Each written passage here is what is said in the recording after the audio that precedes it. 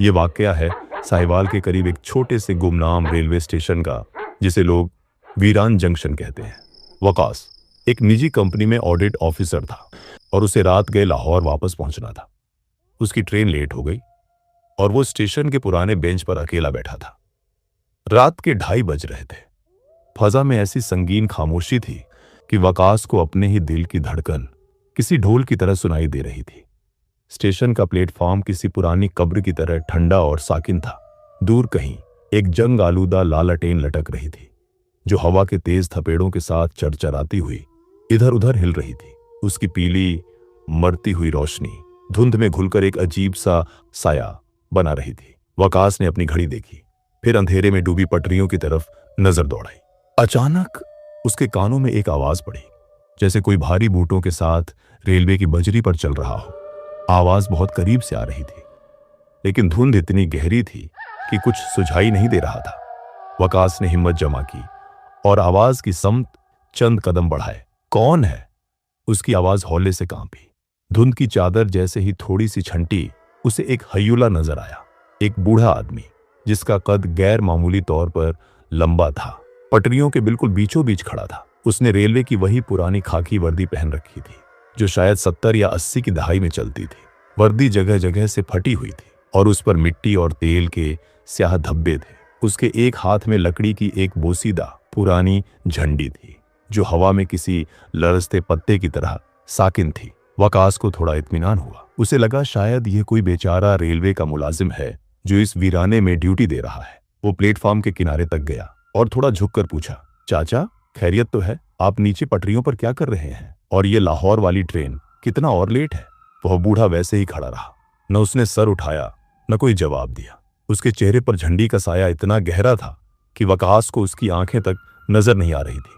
बस उसके खुश्क और नीले पड़े हुए होंठ हल्के से भींचे हुए थे। वकास ने दोबारा जरा ऊंची आवाज में कहा, चाचा सुना आपने? ट्रेन कब आएगी? इस बार उस बूढ़े ने आहिस्ता से अपना बायां हाथ उठाया। उसकी उंगलियां लंबी और किसी सूखी हुई लकड़ी की तरह मुड़ी हुई थी। उसने बिना मुड़े दूर अंधेरे जंगल की तरफ इशारा किया। वकास की नजर उस इशारे के ताक्कुब में दूर गई तो उसे एक मध्यम पीली रोशनी नजर आई, एक ऐसी हेडलाइट जो धुंध को चीरती हुई प्लेटफॉर्म की तरफ बढ़ रही थी। लेकिन अजीब बात यह थी कि इतनी बड़ी ट्रेन करीब आ रही थी, मगर इंजन की कोई आवाज नहीं थी, न पटरियों की गूंज, न लोहे के टकराने का शोर। बस एक बर्फानी हवा का झोंका था, जो उस रोशनी के साथ साथ वकास की तरफ बढ़ रहा था। वकास ने पलटकर उस बूढ़े को कुछ कहना चाहा, लेकिन वहां अब सिर्फ खाली पटरियां थीं। वह बूढ़ा सिग्नल मैन गायब हो चुका था। वह ट्रेन किसी साए की तरह खामोशी से प्लेटफॉर्म पर आकर रुक गई। वकास हैरान था कि लोहे का इतना बड़ा ढांचा बगैर किसी आवाज के कैसे साकित हो गया। यह जदीद दौर की ट्रेन नहीं थी, बल्कि एक कदीम जंग आलूदा भाप वाला इंजन था, जिसके पहिए बर्फ की तरह ठंडे लग रहे थे। इंजन से काला धुआं नहीं निकल रहा था, बल्कि एक ऐसी सफेद और गाढ़ी धुंध उबल रही थी जो फर्श पर सांपों की तरह रेंगने लगी। वकास को लगा जैसे इस धुंध के छूने से उसके पांव मुंजमद हो रहे हैं। उसने सोचा शायद ये कोई स्पेशल टूरिस्ट ट्रेन है, इसलिए वो जल्दी से करीब तरीन डब्बे में सवार हो गया। जैसे ही उसने कदम अंदर रखा, बाहर की धुंध जैसे दरवाजे पर ही रुक गई, लेकिन डब्बे के अंदर का दर्जा-ए हरारत बाहर से कहीं ज्यादा कम था। वहां की हवा में एक ऐसी बू थी जो पुरानी किताबों, नमी और किसी बहुत पुरानी बोसीदा चीज के मिलने से बनती है। वकास ने अंदर नजर दौड़ाई।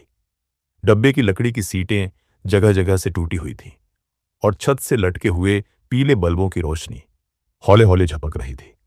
वहां मुसाफिरों की एक बड़ी तादाद मौजूद थी, लेकिन वहां ऐसी खामोशी थी जैसे किसी ने डब्बे के अंदर से आवाज ही छीन ली हो।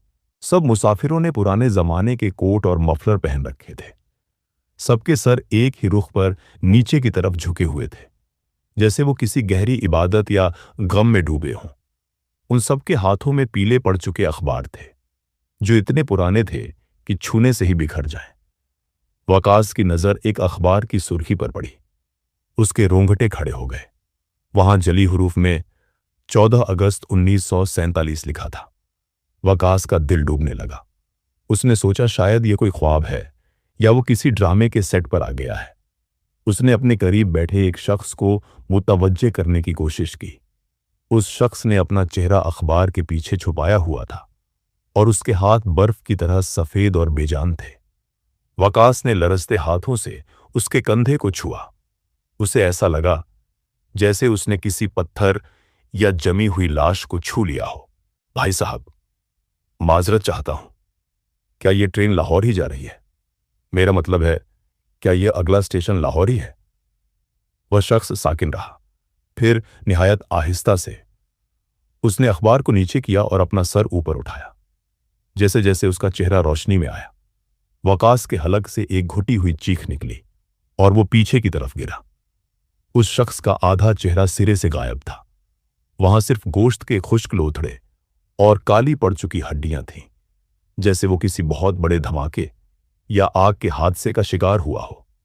उसकी एक आंख अपनी जगह से बाहर लटक रही थी, लेकिन उसकी दूसरी आंख बिल्कुल साकिन थी, जिसमें कोई जिंदगी नहीं थी।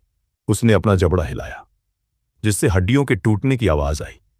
उसकी आवाज किसी इंसान की नहीं थी, बल्कि ऐसा लग रहा था जैसे दूर कहीं वीरान कुएं से कोई हवा गुजर रही हो। मंजिल? उसने वकास की आंखों में झांका। बेटा, यह ट्रेन दहाइयों पहले अपनी मंजिल खो चुकी है। हम सब यहां सिर्फ भटकने के लिए सवार हुए थे। ये पटरियां अब शहरों की तरफ नहीं, कब्रिस्तानों की तरफ जाती हैं। जिसने इसका टिकट एक बार कटवा लिया, वो फिर कभी वापस नहीं उतरा। ये कहते ही डब्बे के तमाम मुसाफिरों ने एक साथ अपने अखबार नीचे किए और अपनी खाली सफेद आंखों से वकास की तरफ देखना शुरू कर दिया। उन सबके चेहरे कटे फटे और खून आलूद थे। वकास को एहसास हुआ कि वो किसी ट्रेन में नहीं, बल्कि एक चलती फिरती कब्र में कैद हो चुका है। वकास का दम घुटने लगा था। डब्बे के अंदर मौजूद उन मुर्दा मुसाफिरों की बेजान आंखें उसे चारों तरफ से जकड़ रही थीं। उसने बदहवासी में खिड़की से बाहर झांका ताकि थोड़ी ताजा हवा मिल सके, लेकिन बाहर का मंजर देखकर उसके जिस्म का बचा कुचा खून भी सफेद पड़ गया।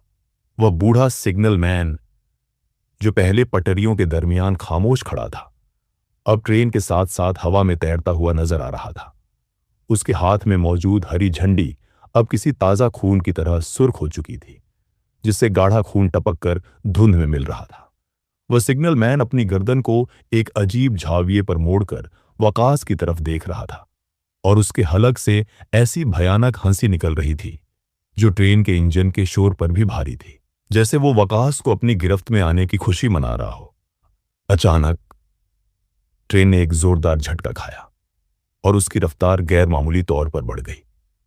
अब पटरियों से लोहे के टकराने की वो मखसूस खटखट सुनाई नहीं दे रही थी, बल्कि ऐसा लग रहा था जैसे ट्रेन हजारों इंसानी ढांचों और चीखते हुए गले सड़े जिस्मों के ऊपर से गुजर रही हो। हर पहिए की गर्दिश घूमने के साथ पटरियों के नीचे से दर्दनाक चीखें उभर रही थीं, जैसे रूहें तड़प रही हों। अंदर बैठे मुसाफिर अपनी सीटों से उठकर वकास की तरफ बढ़ने लगे।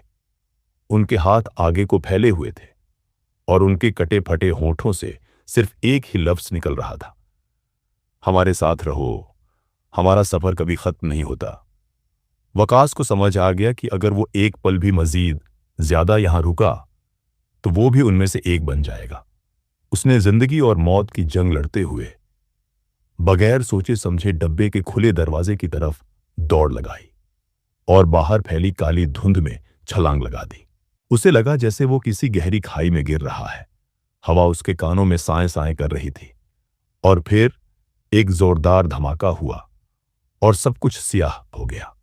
जब वकास की आंख खुली तो सूरज की तपती हुई शुआएं उसके चेहरे पर पड़ रही थी। उसका पूरा जिस्म दर्द से चूर था और कपड़े मिट्टी में अटे हुए थे। उसने घबराकर इधर उधर देखा। वहां न तो कोई प्लेटफॉर्म था, न कोई पटरी और न ही कोई ट्रेन। वह साहिवाल के एक दूर दराज वीरान खेत के किनारे झाड़ियों में पड़ा था। वहां दूर दूर तक इंसानी आबादी का नाम और निशान नहीं था। वकास लड़खड़ाते हुए उठा। उसके पैरों के पास एक पुराना जंग आलूदा रेलवे सिग्नल जमीन पर गिरा हुआ था, जिस पर एक फटी हुई लाल झंडी का टुकड़ा अभी भी बंधा हुआ था। उसे यह देखकर झरझरी आ गई। कि वह झंडी बिल्कुल वैसी ही थी जैसी उसने रात देखी थी। वहां मौजूद एक चरवाहे ने जब वकास को इस हाल में देखा तो वह दौड़ा हुआ आया। वकास ने हाँफते हुए उसे रेलवे स्टेशन का पूछा। चरवाहे ने हैरत से उसे देखा और बोला, साहब, यहां तो रेलवे लाइन 1947 के फसादात के बाद ही उखाड़ दी गई थी। कहते हैं यहां एक मुहाजिर ट्रेन पर हमला हुआ था जिसमें कोई भी जिंदा नहीं बचा था। तब से अब तक यहां कोई ट्रेन नहीं गुजरी, लेकिन कभी कभी रात को यहां से चीखों और भाप वाले इंजन की आवाजें जरूर आती हैं। वकास खामोशी से उसे देखता रह गया। उसने अपनी जेब में हाथ डाला तो उसे एक पुराना पीला पड़ा हुआ कागज का टुकड़ा मिला। वह ट्रेन का टिकट था जिस पर तारीख लिखी थी 14 अगस्त 1947। तो दोस्तों, ये थी वकास की वो खौफनाक दास्तान जो आज भी हमारे जहन में कई सवाल छोड़ जाती है। क्या वो वाकई कोई घोस्ट ट्रेन थी, या फिर वो मुहाजिरीन की वो तड़पती हुई रूहें थीं जो आज भी अपनी मंजिल के इंतजार में उस सुनसान रास्ते पर भटक रही है? सच तो यह है कि हम जिस दुनिया में रहते हैं उसके बराबर एक और दुनिया भी है जहां वक्त रुका हुआ है और रास्ते कभी खत्म नहीं होते। अगली बार जब आप किसी सुनसान स्टेशन पर अकेले हों और कोई खामोश ट्रेन आपके सामने आकर रुके, तो सवार होने से पहले एक बार उसकी तारीख जरूर देख लीजिएगा। शायद वो आपकी मंजिल की तरफ न जा रही हो। और आखिर में, मगर सबसे जरूरी बात, अगर आपको ये वीडियो पसंद आई है तो इसे लाइक जरूर करें। आपका एक एक कमेंट मेरे लिए बहुत अहमियत रखता है, क्योंकि यही वो चीज है जो मुझे अगली कहानी ढूंढने की हिम्मत देती है। हमारे 263 सब्सक्राइबर्स हो चुके हैं। प्लीज सपोर्ट करें ताकि हम जल्दी 1000 तक पहुंचे। अभी के लिए इजाजत दीजिए। अपना बहुत ख्याल रखिएगा और इस डार्क सन्नाटे से बचकर रहिएगा। अल्लाह हाफिज।